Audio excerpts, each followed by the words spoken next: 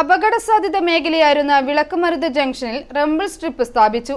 MLA Mani C Kappan PWD അധികൃതരുമായി സംസാരിച്ചതിനെ തുടർന്നാണ് നടപടിയായത്. വിളക്കുമരുത് ജംഗ്ഷനിലെ വ്യാപാരികളുടെയും ഓട്ടോറിക്ഷ തൊഴിലാളികളുടെയും കാൽനടയാത്രക്കാരുടെയും പരാതികൾക്ക് പരിഹാരമായി. വിളക്കുമരുത് ജംഗ്ഷനിൽ റംബിൾ സ്ട്രിപ്പ് സ്ഥാപിച്ചു. നിരന്തരമായി വാഹനാപകടങ്ങൾ ഉണ്ടാകുന്നതുകൊണ്ട് MLA മാണി സി കാപ്പന് പ്രദേശവാസികളും വ്യാപാരികളും ടാക്സി ഡ്രൈവർമാരും ചേർന്ന് പരാതി നൽകിയിരുന്നു. തുടർന്ന് PWD അധികൃതരുമായി സംസാരിച്ച് MLA പരിഹാരം കണ്ടു. എന്ന് വ്യാപാരി വ്യവസായികളും ഓട്ടോറിക്ഷക്കാരും കംപ്ലൈൻറ്റ് പറഞ്ഞതിൻ്റെ പേരിൽ യോഗത്തിൽ ഞാനിത് പറയുകയും അത് നടപ്പാക്കാൻ നാളെ വീണ്ടും PWD റിവ്യൂ മീറ്റിംഗ് ഉണ്ട്. ഇന്ന് ഏതായാലും തീർക്കാനുള്ള നടപടി തുടങ്ങി. ഇതിപ്പോൾ അപകടങ്ങൾ കുറയും.